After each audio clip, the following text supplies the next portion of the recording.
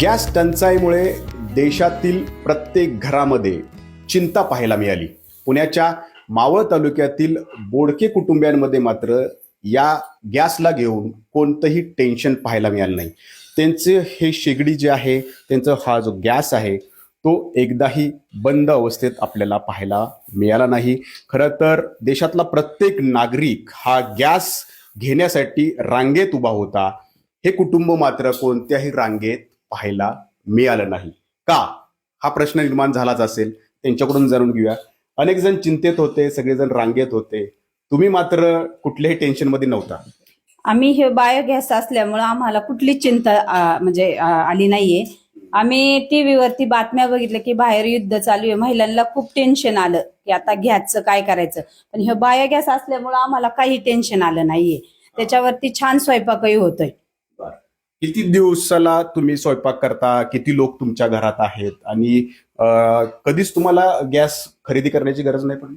आम्हाला सकाळी 10 लोकांचा स्वयंपाक होतो, दिवसभर म्हणजे दूध तापतं त्याच्यावरती, आणि संध्याकाळी परत 10 लोकांचा स्वयंपाक होतो त्याच्यावरती.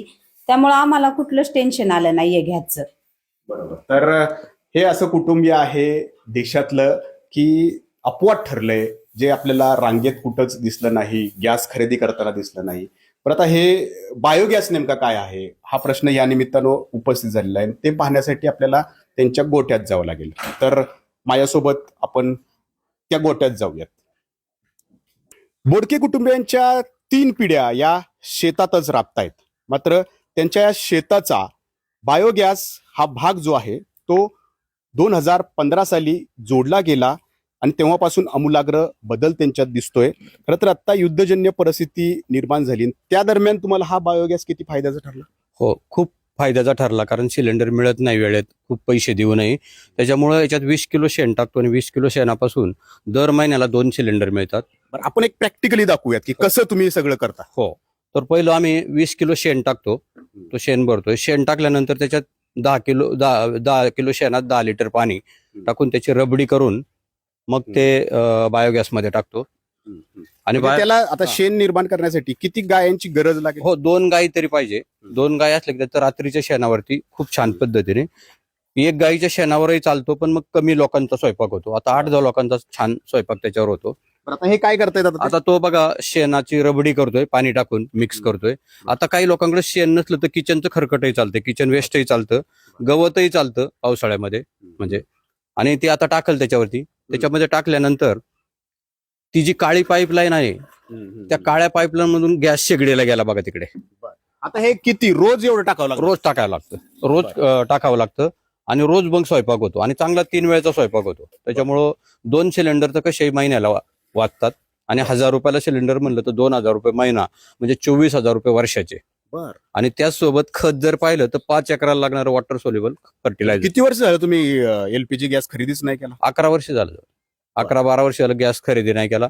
छान पद्धतीने चालतंय. गायांच्या दुधातूनही पैसे मिळतात आणि याच्यातूनही पैसे वाचतात. तर हा घरगुती गॅसचा फायदा झाला.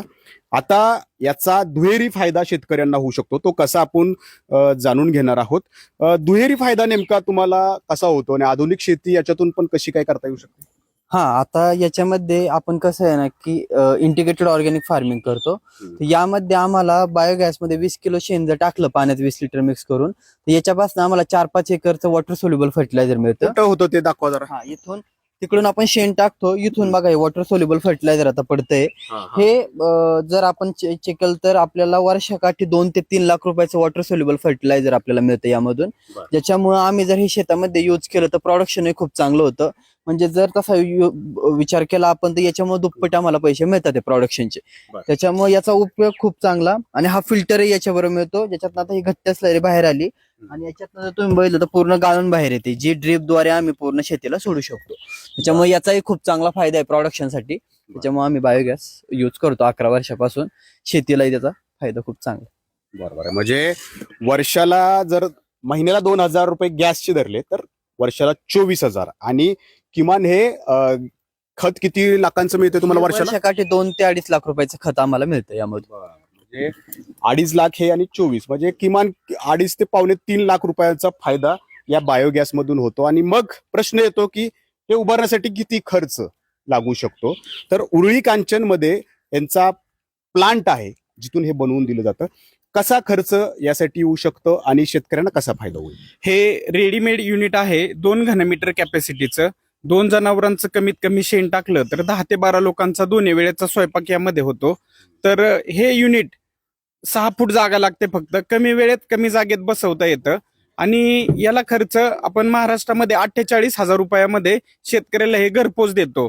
आणि त्यामध्ये जिल्हा परिषदची 10,000 आणि केंद्र सरकारची 14,350 असं अनुदानही मिळतं. तर खर्च टोटल शेतकऱ्यांना म्हटलं तर 21,000 रुपये. हो, तसं पाहिलं तर हे 21,000तच बसतंय आणि एकाच वर्षात त्याचे पैसे वसूल होत आहेत. कसे पैसे वसूल होतात? आताच तुम्हाला सांगितलं की दर महिन्याला 2 LPG मिळतात, म्हणजे 24,000 वर्षाला ते मिळतात. आणि एक 2.5 लाखाचं वॉटर सोल्युबल खत मिळतंय त्यामध्ये.